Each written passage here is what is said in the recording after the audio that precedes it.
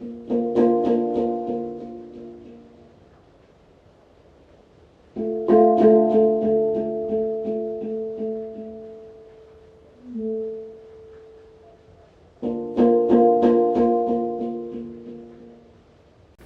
is the Get To Free Press News, and I'm George Boston Rhines, and as you know, I report what others ignore.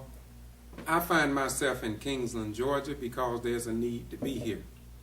And as you know, I don't get paid for what I do, but the bottom line is somebody got to do it. Sure. And in the process of coming here, I've been here for 2 days now, and I ran across a very unique individual.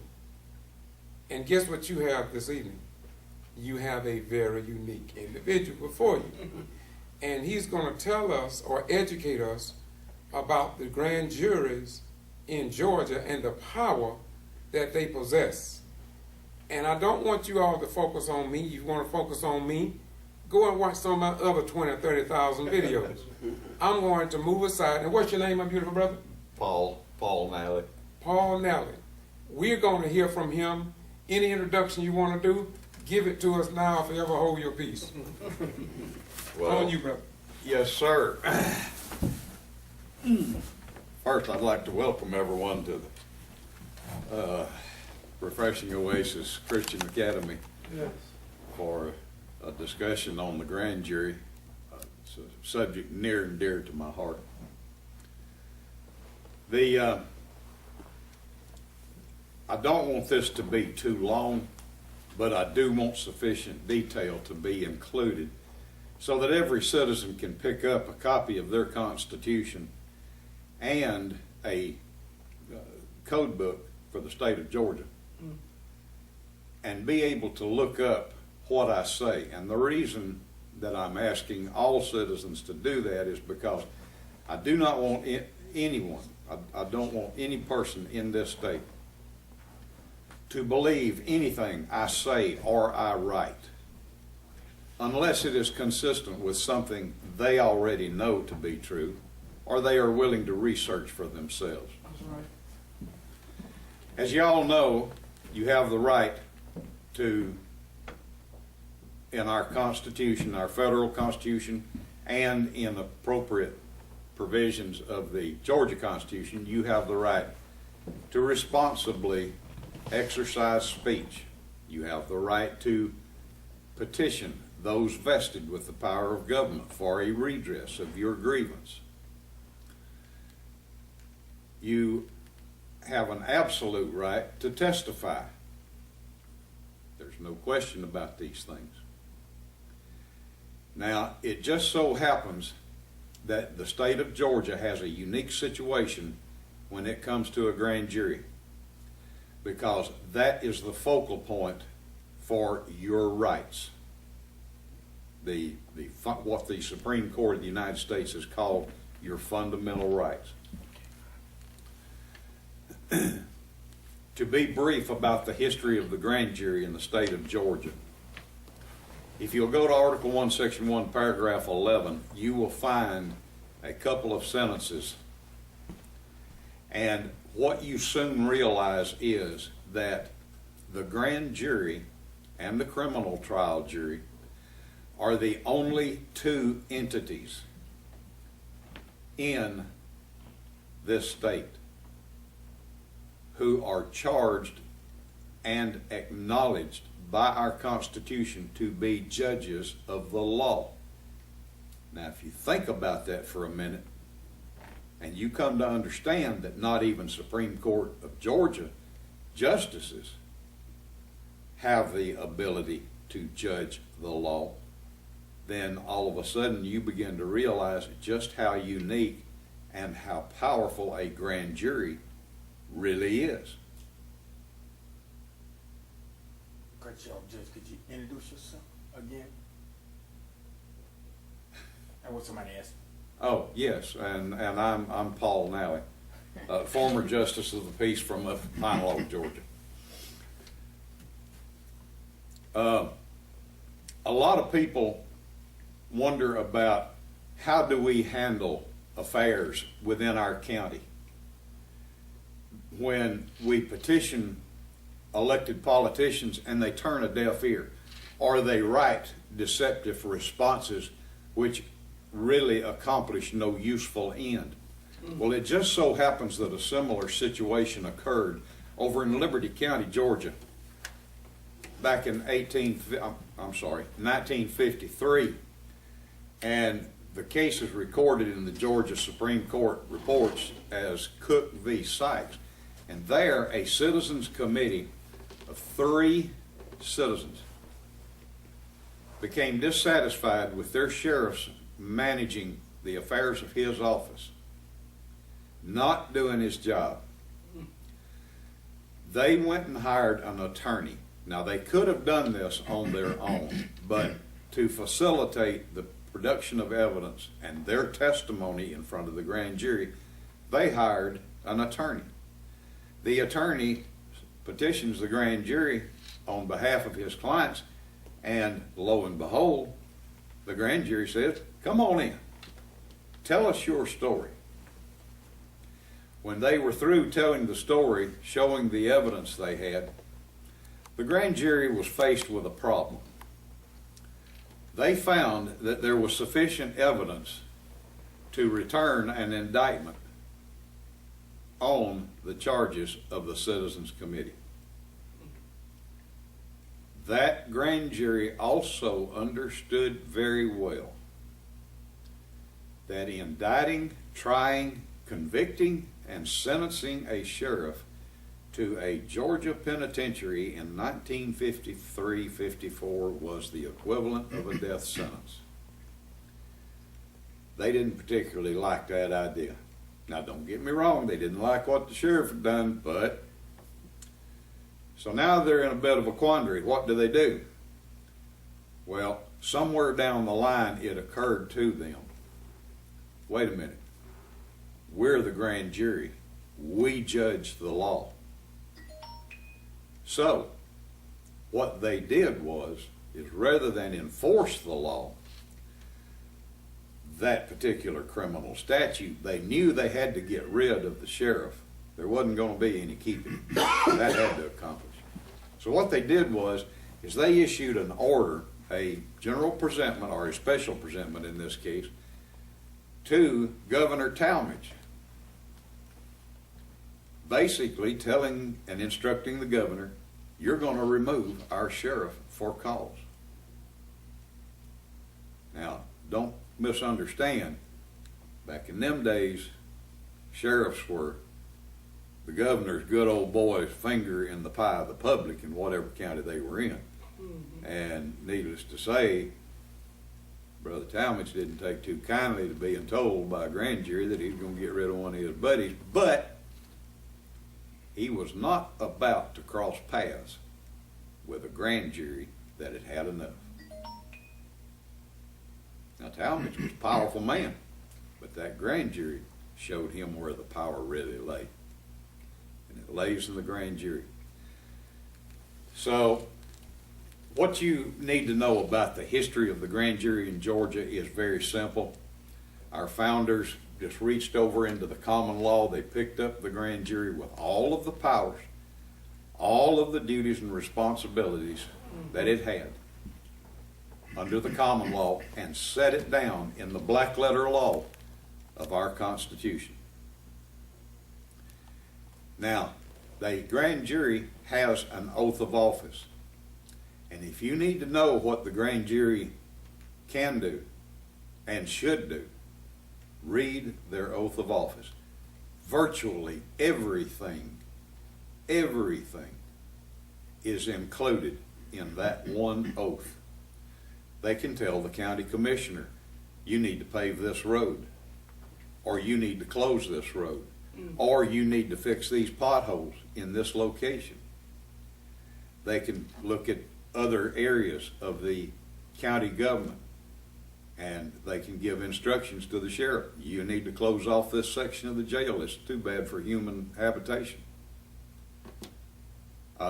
You need to give serious consideration to having have it in the budget to build a new wing on the jail. But what else can they do? Well, now here's where the power of your Georgia grand jury gets unique. There is a concept that was mentioned by a Frenchman back in 1780 something when he published a little book called The Law.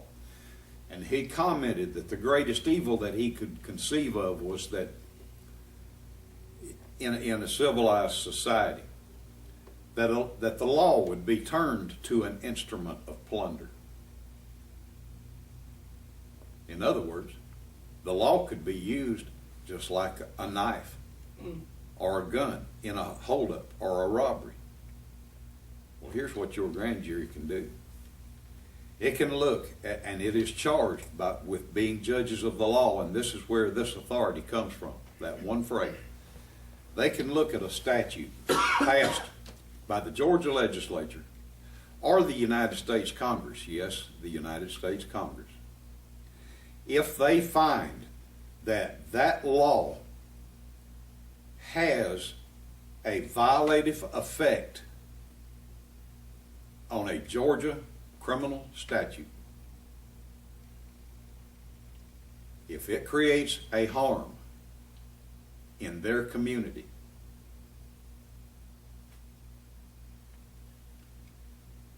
they can indict every legislator who voted for that law. They can indict any governor or president who signed that bill into law, and quite literally send them to jail. That's the kind of power. And you hold it in your hand.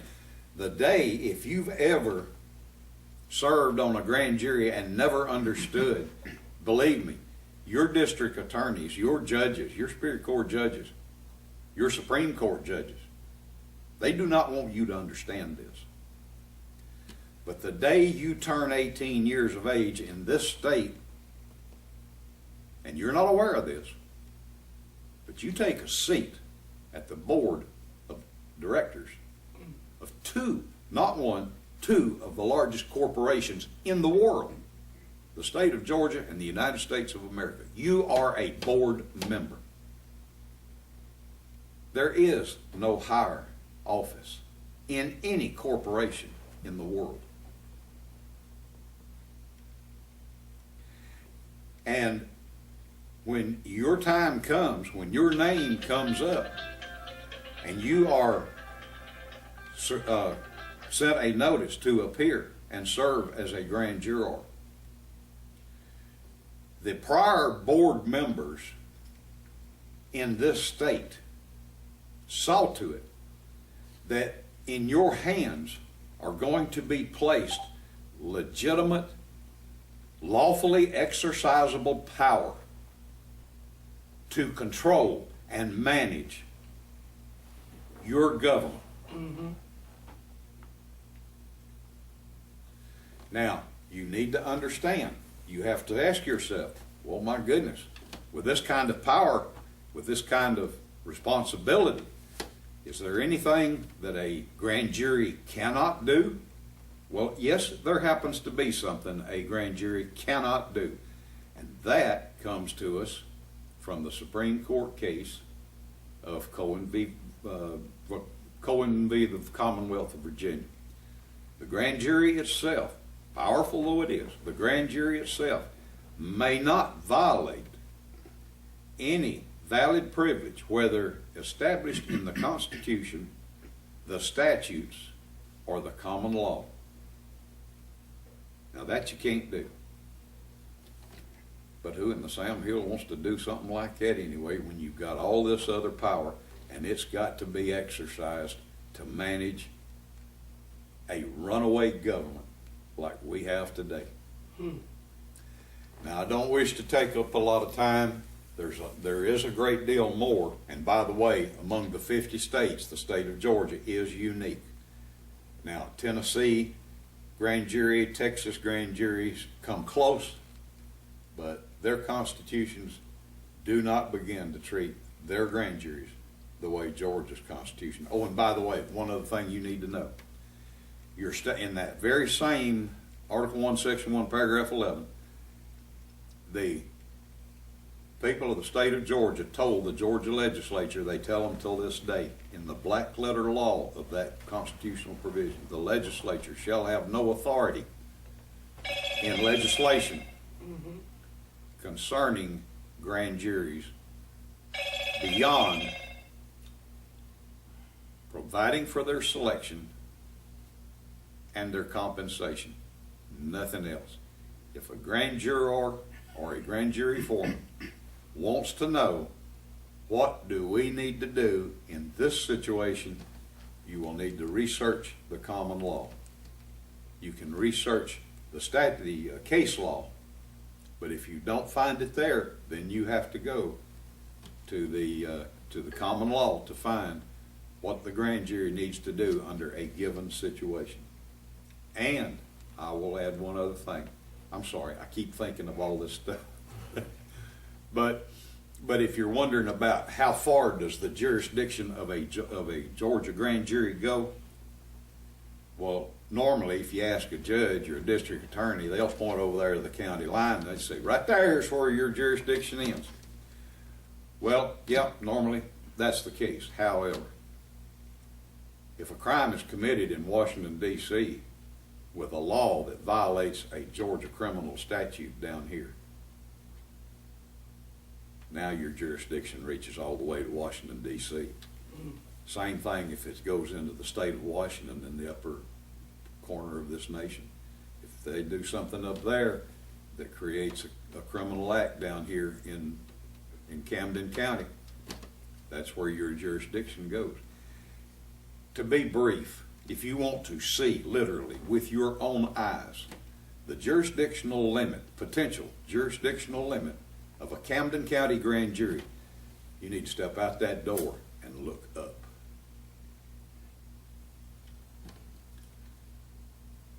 Any questions, ladies and gentlemen?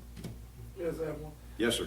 Can the district attorney, the DA, tell a grand juror, a foreman, that we're going to remove you off of a case because you attended a funeral? I'm glad you brought that up. Number one, a district attorney cannot tell a grand jury anything in Camden County or any other county in Georgia. A superior court judge cannot tell a grand jury they're going to do this, that, or the other. If they do, there is a criminal code provision that covers that. And believe me, I don't think either one of them want to spend 5 years in the state penitentiary. Now, when it comes to the removal of a juror, first thing that has to happen is the juror in question must have notice. There's none of this, bailiff, bring me juror number 23, or bailiff, bring me the foreman. And the foreman walks in and the judge says, you're dismissed, I'm going to have to dismiss you from the grand jury. That don't happen. It better not happen.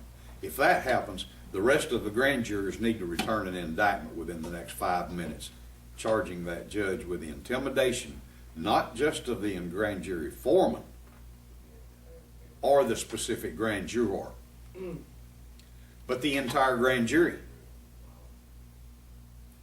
Judges, district attorneys in this state are investigated by grand juries. If you don't believe that, turn to Article 6 of your Constitution and read. The governor, the attorney general, all the legislators. Go look at Article 2. Is there anything that a grand juryman can do to get him removed from the grand jury? Is there anything a grand juror can do? Yes.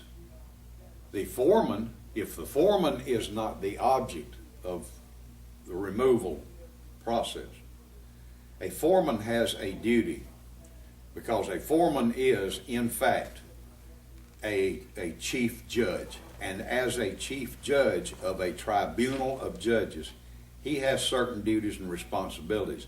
which he must exercise exclusive of the advice and consent of his colleagues.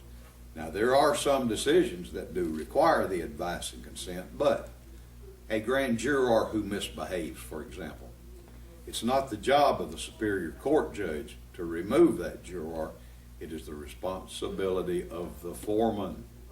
What if the foreman in question is the one in question? Well, if the foreman is the object of the removal, then, once again, there must be notice.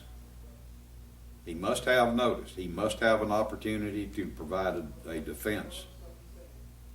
So you're talking a couple of 3 days minimum right there. And he should be represented by counsel if he's not. But let me tell you what's really scary when that kind of a situation occurs. The minute, I mean the instant, the rest of the grand jury finds out that a foreman whose only sin was going out and inquiring for his own edification. Is there a problem in our community? If there's a problem, what caused the problem? What is the solution that I can come up with, that I can recommend to my colleagues?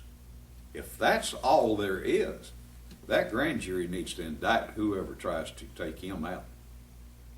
I mean, that quick. Because that's intimidation, not just of the foreman, it's intimidation of the entire grand jury. Judges and district attorneys, when they are dealing with grand jurors who are fully informed, and that's imperative that every grand juror be fully informed, not only of their rights and their privileges, but of their duties and responsibilities as well. Question. Yes, sir. Since grand juries are selected from among the citizenry, Yes, sir. and they don't have any prior schooling along the lines of what their rights are, but yet they are called to serve, who educates them to the power of the grand jury and the power that they possess? There is no one who will educate them other than this exchange that's going on here today.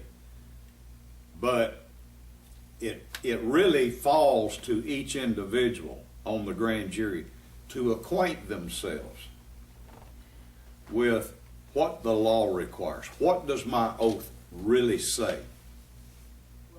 And you've got to understand, there is in Title I, Section 3, paragraph, whatever it is, there's a code section that says, ignorance of the law excuses no one. 13-6. Thank you. Now, when it says excuses no one, keep in mind that includes district attorneys, judges, sheriffs deputies especially. You know, you can't say, I didn't know. The law doesn't permit you to do that. And there's another unique statute in Georgia, and that is that as a defense to a tort or a crime, you cannot look at the court or the jury and say, my lawyer told me to do it. You can't, that's not a defense. Now, if your lawyer told you to do it and you went ahead and did it, and you're sitting there in the state penitentiary serving 10 years, you can sue your lawyer. You can file a suit on your lawyer from jail, but you can't raise that as a defense. For the people who listen to this video on my YouTube channel, Yes, sir. I hear you give out some powerful information that I didn't know. How do you know this, and where did you get this vast amount of information from? By the grace of the good Lord, I suffered some abuses, and I didn't suffer that much, but my wife did suffer about 20 years ago from corruption in the Bartow County educational system, the Board of Education actually, and the attorney, who I understand, according to family rumor, he's distantly related, but I doubt if he cares to claim it. But at any rate, I had to buckle down and start studying. I had to know more of the law than what I knew. And I had the good fortune of, back in those days, there were some very informative websites, which I found most useful, because what they would do is they would take a passage out of a case site. They would take a case site and they would bring it over into their web page, and you could read the entire case site.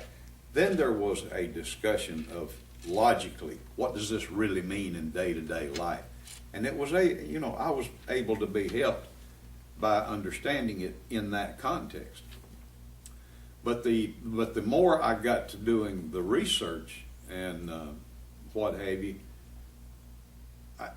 all of this kept coming together, and then I woke up one morning and I said, "Oh my God, how powerful this one government agency is." And by the way, it is the fourth branch of government.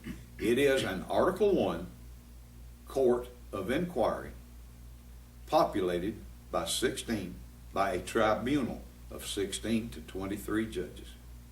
They are so commanded to be so in the language of that constitutional provision.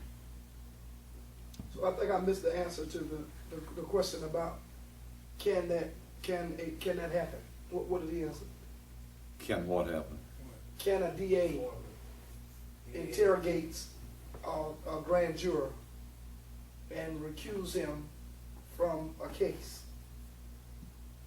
Not without the grand jury foreman. The grand jury foreman is the foreman. The foreman is the chief executive officer of that tribunal. Everything must go through him. Right. This is the foreman that got asked to get off of the case. No, that better not happen. If that happens, if that happens, if that happens, with the grand juror. If that happens, he needs to be picking up the phone, calling the nearest United States attorney, getting federal marshals in here, and make both state and federal criminal complaints against whoever committed that act of intimidation. Okay, hold on. Can you let him know that? Sure. Will you repeat those same words? Man, I'm 72 years old. How long do you think I can remember? You're doing a pretty good job tonight. He was